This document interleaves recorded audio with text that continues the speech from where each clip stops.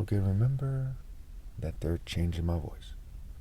So this video is about 10 reasons that you know that the churches and basically every Christian that you see are all in a Dionysian mystery religion and they don't actually worship God.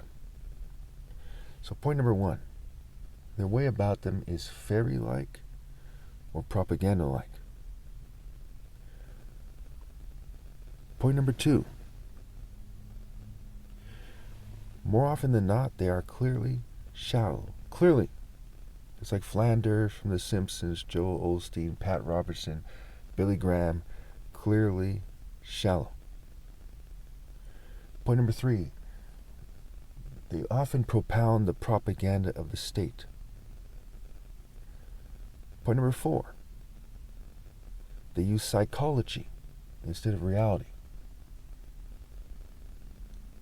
Point number five, they're dishonest, and sometimes it can be a little bit subtle, but more often than not, it's pretty straightforward.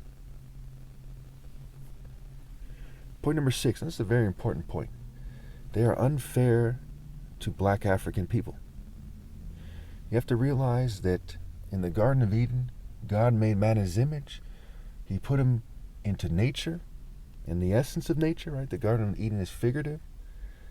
And there's these trees, right? Nature is bearing fruit. Nature is influencing them. And God wants them to eat from the tree of life and not the tree of knowledge. He forbids them to eat from the tree of knowledge. So when we look at African culture, right? Basically, you see, it's a lot more natural than Western culture, and where Western culture has interfered with African culture, right? The concrete jungle versus the jungle. The concrete Garden of Eden, which is not really the Garden of Eden, versus the actual Garden of Eden.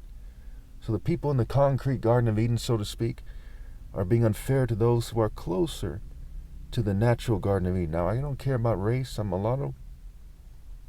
These are just the facts here. If you have any questions about it or you think it's racist, please don't hesitate to comment. Point number 7.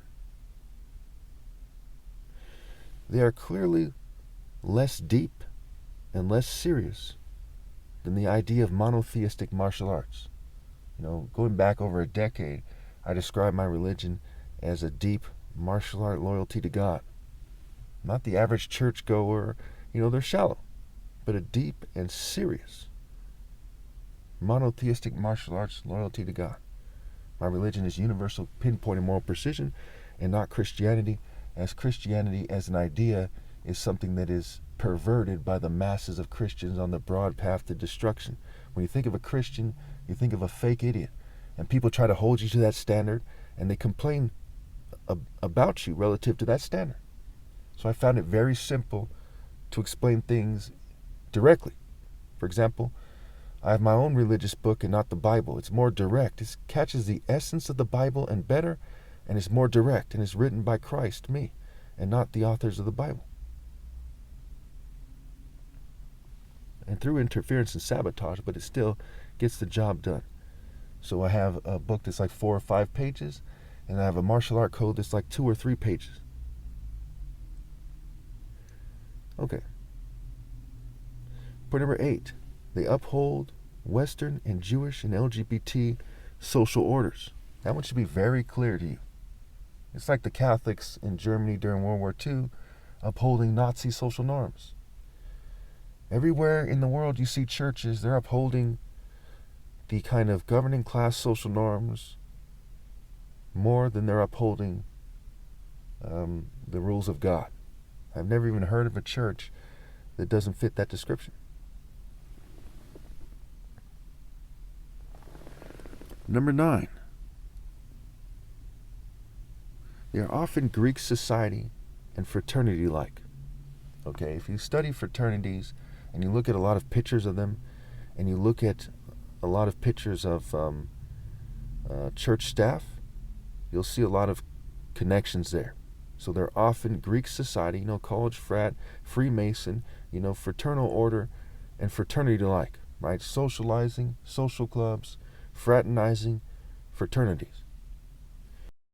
And finally, point number 10, They are unfair, and they encourage people to date in a materialistic way. They often say things like you've got to be able to afford to be married. And they marry people in an invalid way, and so on and so forth. It is wrong to tell people that you have to be able to afford to be married.